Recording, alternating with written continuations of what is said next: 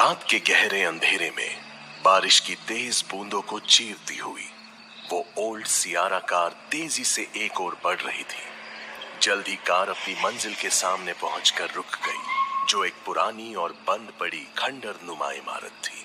Car उस इमारत के पिछले हिस्से में खड़ी थी और लगभग मिनट भर बाद एक काला साया दरवाजा खोलकर कार से बाहर निकला।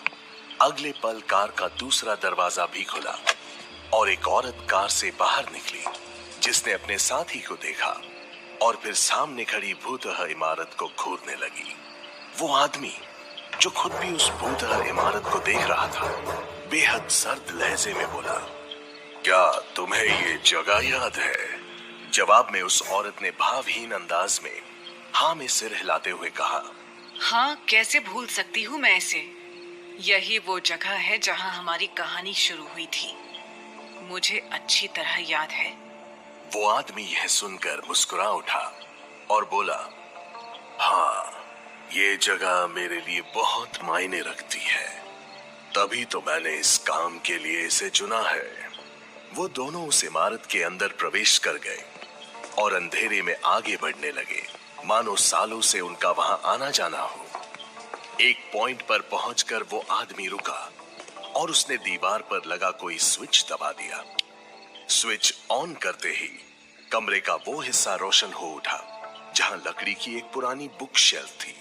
आदमी तेज कदमों से चलता हुआ बुक शेल्फ की ओर चल पड़ा और बुक शेल्फ के पास पहुंचकर उसने उस बुक शेल्फ को धीरे से धक्का देकर एक और खिसका दिया। फौरन बुक शेल्फ के पीछे एक छिपा हुआ रास्ता नजर आने लगा, जिसे देखकर वो औरत थोड़ा हैरान हुई, पर फिर उसने मुस्कुराते हुए कहा, ये तो आज भी पहले जैसा ही है। जवाब में वो आदमी बस हौले से मुस्कुरा दिया और उस सीक्रेट रास्ते से आगे बढ़ने लगा। वो रास्ता सीढ़ियों से होकर नीचे तहखाने में जाता था, जहां पीले रंग की हल्की फुल्की रोशनी थी, और उसी रोशनी के सहारे दोनों आगे बढ़ने लगे। आगे बढ़ते हुए कुछ दूर पहुंचकर दोनों रुक गए और उनकी नजर सामने दीवार के पास पड़ी एक आकृति पर पड़ी। वो एक 20-22 साल की लड़की थी, जो उन्हें देखते ही बुरी तरह से चीख पड़ी, please please help me, please. मदद की पुकार सुनकर वो आदमी उस लड़की की ओर बढ़ने लगा, जबकि उसके साथ आई हुई औरत अपनी जगह पर खड़ी रही। इसी बीच उस लड़की की नजर उस आदमी पर पड़ी और उसे देखते ही लड़की की आंखों की पुतलियां फैल गई। वो बुरी तरह चौंकते हुए बोली, तुम क्यों लाए हो? तुम मुझे यहाँ क्या बिगाड़ा है मैंने तुम्हारा? मुझे छोड़ दो प्लीज, मुझे यहाँ से जाने दो प्लीज। वो आदमी हंसते हुए बोला, जाने दू, तुझे जाने दू, फिर मैं सजा किसको दूंगा? वो लड़की कांपते हुए स्वर में बोली, कैसी सजा? मैंने क्या किया है? अभी वो लड़की बोल ही रही थी कि तभी पीछे से उस आदमी के साथ आई हुई औरत ने कहा, बातें करने का वक्त नहीं है, जल्दी काम खत्म करो। ये सुनकर उस आदमी ने अपनी जेब में हाथ डाला और अगले ही पल एक धारदार छुरी उसके हाथ में चमक उठी। वो लड़की चीखते हुए अपनी जान की भीख मांगती रही, मगर तब तक उस आदमी ने आगे बढ़कर लड़की के मुंह पर अपना हाथ रखा और एक झटके में उसने वो छुरी उसकी गर्दन पर फेर दी। एक घुटी हुई सी चीख के साथ उस लड़की का जिस्म पूरी तरह तड़पने लगा और कुछ देर तड़पने के बाद आखिरकार वो शांत पड़ गई, हमेशा हमेशा के लिए। हमारे जानकार सूत्रों से हमें पता चला है कि हत्या की इस घटना को अंजाम तकरीबन 3 दिन पहले दिया गया था और 2 दिन पहले ये मामला हमारे सामने आया, जब पुलिस को विक्टिम की लाश हाईवे के पास बने एक पुल के नीचे मिली। सूत्रों का कहना है कि किसी ने इस हत्या को बहुत सोच समझकर और पूरी प्लानिंग के साथ अंजाम दिया, मगर हत्यारे के बारे में सवाल पूछने पर अधिकारियों ने तलाश अभी जारी है कहकर अपना पल्ला झाड़ दिया। तो देख रहे हैं आप कि किस तरह सरेआम लड़कियों का कत्ल हो रहा है और पुलिस प्रशासन चैन की नींद सो रही है। क्या आम जनता की सुरक्षा के प्रति बुलशिट, क्या बकवास न्यूज है। इन न्यूज चैनल वालों को टीआरपी बटोरने के अलावा और कोई काम ही नहीं है क्या? बोलने के साथ ही ड्राइंग रूम के सोफे पर बैठी उस महिला ने गुस्से में टीवी ऑफ कर दिया। इतने में ही पीछे से एक आदमी की आवाज आई, क्या हुआ एएसपी साहिबा, सुबह सुबह किस पर भड़क रही हो? एएसपी मेनका ने जवाब दिया, कुछ नहीं विक्रांत, बस ये बेकार के मीडिया वाले हैं, खुद तो कुछ कर नहीं सकते, बस जब देखो हमारे डिपार्टमेंट के पीछे हाथ धोकर पड़े रहते हैं।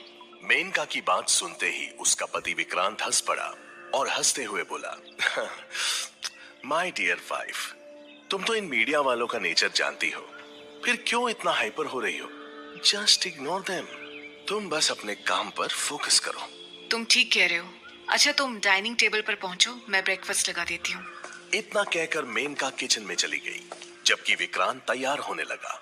विक्रांत और मेनका दोनों कॉलेज के दिनों से ही एक दूसरे को चाहते थे और कॉलेज से निकलने के कुछ सालों बाद उन्होंने शादी कर ली।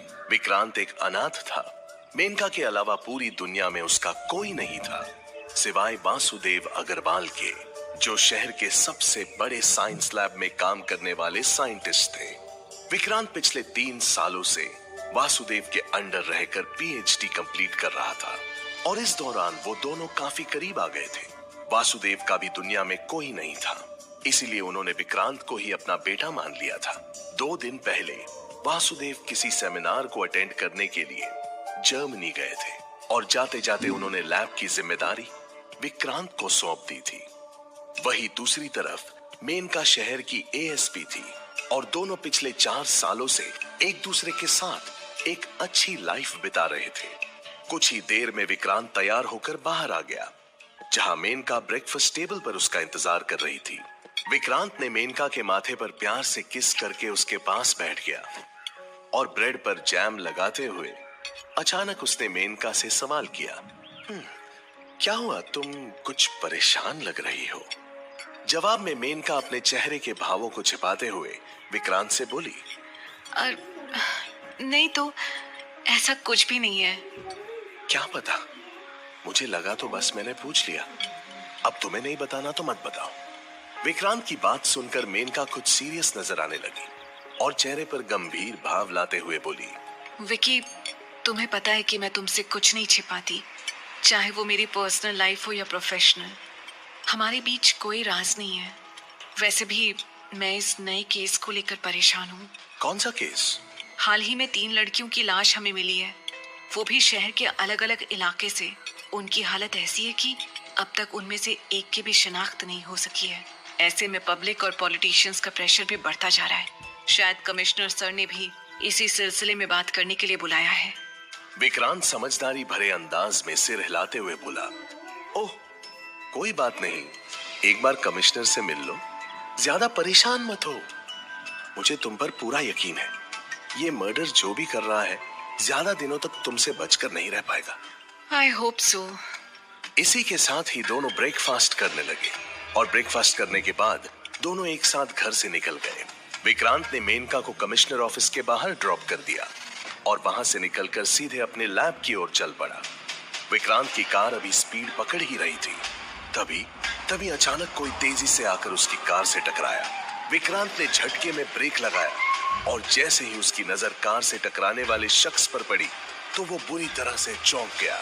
Oh no!